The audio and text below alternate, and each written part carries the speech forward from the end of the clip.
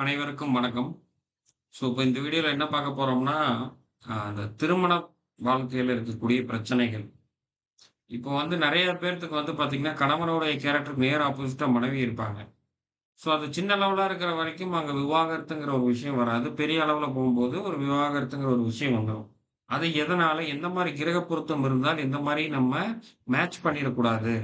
இப்ப இதெல்லாம் பார்த்தீங்கன்னா, இன்னும் சின்ன வயசு தான் நீங்க பார்த்தீங்கன்னாலே. 24 வயது தான் நடந்துட்டு இருக்கு. பட் இப்பவே பார்த்தீங்கன்னா, டிவோர்ஸுங்கும்போது வரும்பொழுது, நம்ம என்னன்னா, இதெல்லாம் ஆரம்பகட்ட காலத்திலே இந்த தவறெல்லாம் பண்ணாம இருக்கணும் அப்படிங்கிறது தான் இந்த வீடியோவுடைய மெயின். அதாவது என்னன்னா, நம்மளுடைய வாடிக்கையாளருக்கு தம் மனைவியிட்டருந்து விவாகரத்து கிடைச்சிருமா? அவங்க கூட சேர்ந்து வாழ முடியுமா? இதுதான் உங்களுடைய கொஸ்டின்.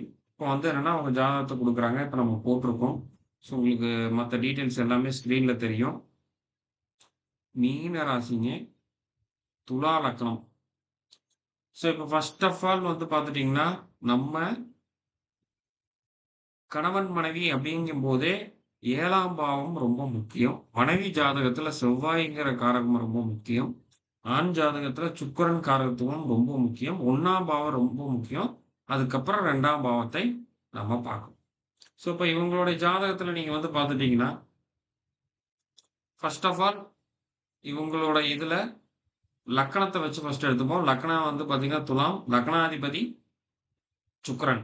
அப்ப சுக்கிரனோட இங்க என்ன சேர்ந்திருக்குன்னா, கேதுவும், சனியும் தான் சேர்ந்திருக்கு. ஓகேங்களா? நம்ம திரிகோணத்திலயும் பார்க்கணும்.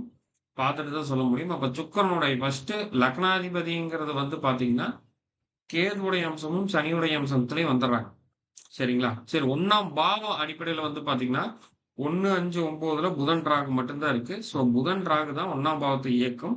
அப்போ தன் தகுதிக்கு மீறி ஆசைப்படுறது, எது இருந்தாலும் நம்ம உயர்ந்த இதுல போகணும். என்ன பண்ணாலும் பரவால்ல, பணம் சம்பாரிக்கணுங்கிற ஒரு எண்ணத்தை கொண்டு வந்து குடுக்கறது இந்த ராகு. அதே மாரி புதன்ங்கிறது பார்த்ததெல்லாம் நம்ம வாங்கணும். பார்த்த இடத்துக்குலாம் நம்ம போகணும்னு நெனைக்கிற இடத்துல புதன் கொண்டு வந்துர்றான். ஃபர்ஸ்ட் இடத்துல சுக்கிரனுடைய கேதுவும், சனி. ஃபர்ஸ்ட்டு கேது தொடர்பு கொள்ளும். அப்புறம் தான் சனி தொடர்பு கொள்ளும். அப்போ ஒரு அடம் பிடிக்கிறதுங்கிறத தாண்டி ஒரு இடத்துல ஒரு விஷயம் சொன்னாங்கன்னா, நியாயமே இல்லாத மாரியான ஒரு சண்டைகள் தான் வரும். ஒரு ஒரு நெறைய குடும்பத்தில பார்ப்பீங்க, அவங்க ஒருத்தங்க சண்டை போடுறாங்கன்னா ஒரு நியாயம் இருக்கும். இந்த மாரி தப்பு இருக்கு, இந்த மாரி சரி இருக்குங்கிறது.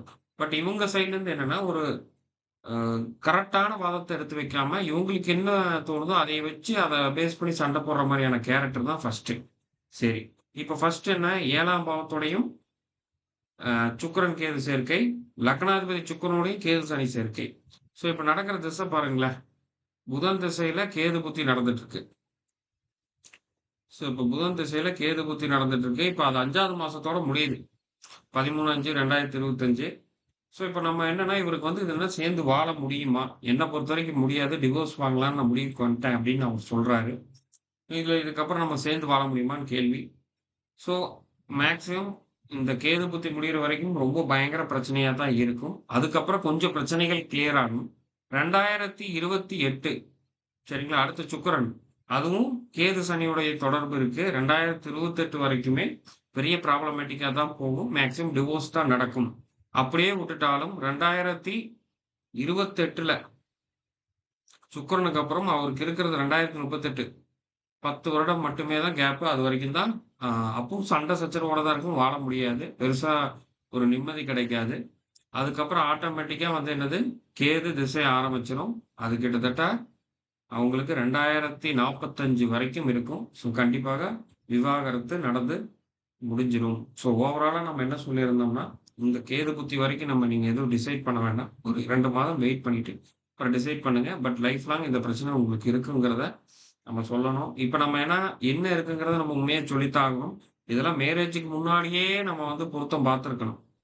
இப்ப நம்ம இந்த இறுதி கட்டத்துல நம்ம பார்த்து நம்ம எந்த ஒரு பிரயோஜனமும் இல்லை. புரியுதுங்களா? இப்ப இந்த இடத்துல மெயினா நம்ம எல்லாமே தெரிஞ்சுக்கக்கூடிய விஷயம் இதுதான். ஒரு 7ஆம் பாவமும், லக்னாதிபதியும் 2ஆம் பாவமும், ஆணா இருந்தால் சுக்கிரன், பெண்ணா இருந்தால் செவ்வாய் அவங்க ஜாதகத்துல. அப்ப மெயினா இவங்களுக்கு பார்த்தீங்கன்னா, செவ்வாய், சனி சேர்க்கையும் இருக்கு. செவ்வாயும், சனி சேர்க்கையும் இருக்கு. அப்ப கண்டிப்பாக பார்த்தீங்கன்னா, எப்ப சனி திசையோ, கேது திசையோ, இதோட புத்திகள் நடக்கும்போதோ பிரச்சனைகள் ரொம்ப வீரியமாகும். அது மட்டும் இல்ல, இப்ப கோச்சாரம் கேது அடுத்து ஆட்டோமேட்டிக்கா 7ஆம் பாவத்த பார்க்கும். சிம்மத்திலிருந்து. புரியுதுங்களா? சிம்மத்துக்கு வந்ததுக்கப்புறம் இங்க இருந்து 5ஆம் பார்வையா 7ஆம் பாவத்த பார்க்கும் பொழுது, இன்னும் பிரச்சனைகள் அதிகமாகும். அது சுக்கிரனையே பார்க்கும் பொழுது, கண்டிப்பாக விவாகரத்து நடந்துருங்கிறது நம்ம சொல்லியிருந்தோம். பட் இது நம்ம இந்த டைம்ல அ இந்த மாரியான விஷயத்தை நம்ம சொல்லக்கூடிய ஒரு சூழல்ல நம்மளுக்கு வருது.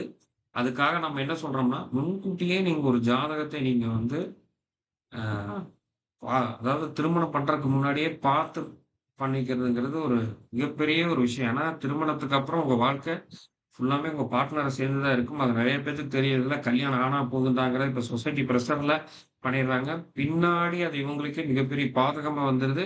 ஏதோ ஒரு காட்ஸ் கிஃப்ட் ஒரு நல்ல ஒரு அமைப்புள்ளது வந்துருச்சுன்னா, அவங்க தப்பிச்சுக்கிறாங்க. பட் அவங்க வெளியில நான் தான் பொருத்தம் பார்க்காம தான் கல்யாணம் பண்ணா நல்லா இருக்கம்பாங்க. அது ஆட்டோமேட்டிக்காவே அவங்க நல்லா அமைஞ்சிருக்கும்.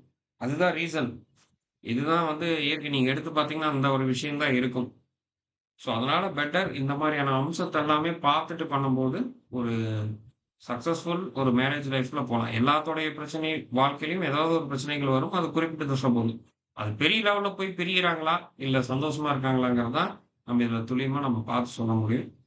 ஸோ, கண்டிப்பாக யாருக்காவது இந்த சாஃப்ட்வேர் பார்த்துட்டு இருக்கிறவங்களுக்கு இந்த சாஃப்ட்வேர் வேணும். மெடிக்கல் முகூர்த்தம் இந்த மாரி பார்த்துக்கிறதுக்கு வேணும்னாலும் டிஸ்கிரிப்ஷன்ல இருக்கிற தொடர்பு கொள்ளுங்க.